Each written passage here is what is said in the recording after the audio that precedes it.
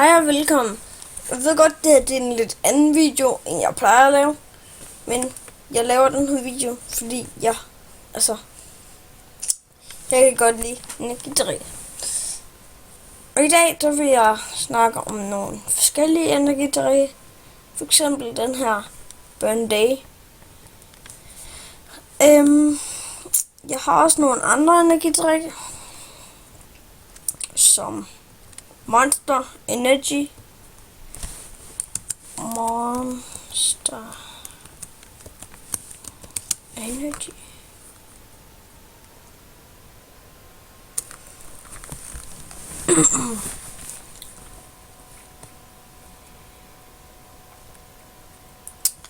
Jeg ved godt, det ikke er alle monster, der er så gode. For eksempel, jeg synes kun, det er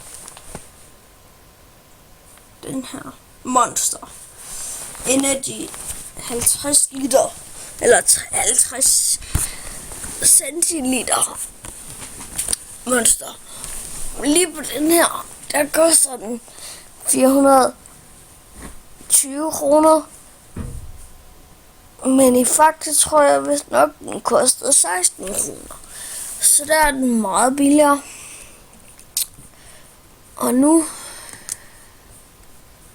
Og så har jeg den dårligste jeg havde. Men nu skal jeg lige introducere dem. Hej YouTube. Han ligger nede ved siden af. Hvad er den sidste egentlig? Ja, det er Burn. Den er også rimelig god. Jeg synes egentlig ikke Burn, den er virkelig god, men Burn, det skal vi gøre med på listen. Det er en træliste, og jeg synes den sidste, det bliver Burn Lemon Ice. Lemon Ice. Den er god i det, at den har den der sure smag. Og det er den første, jeg vil sige, den er ikke specielt god. Altså, det er godt nok til, at den er på min træliste. Men den er ikke verdens bedste. Burn Lemon Ice kan godt anbefales. Og ja. Yeah.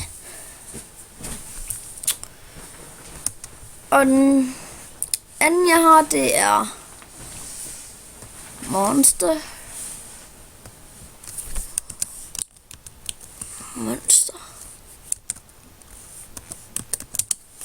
Energy. Også rigtig god. Rigtig god. Den kan godt være, synes jeg. Nogle af dem er rigtig god.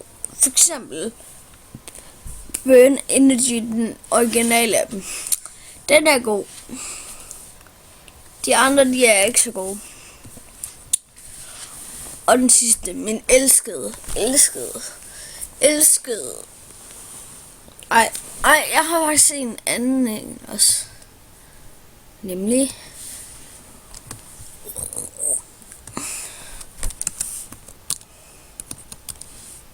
Rockstar. Altså, den kommer lige efter Monster. Den er god, synes jeg.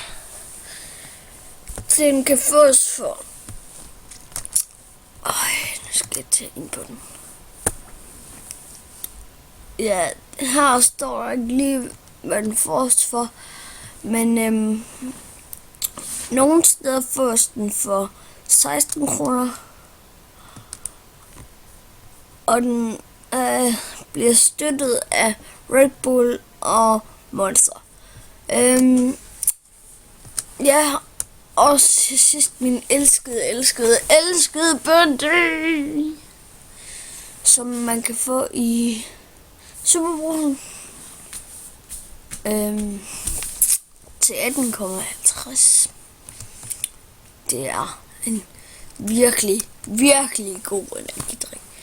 Men det var alt for, hvad jeg havde for i dag.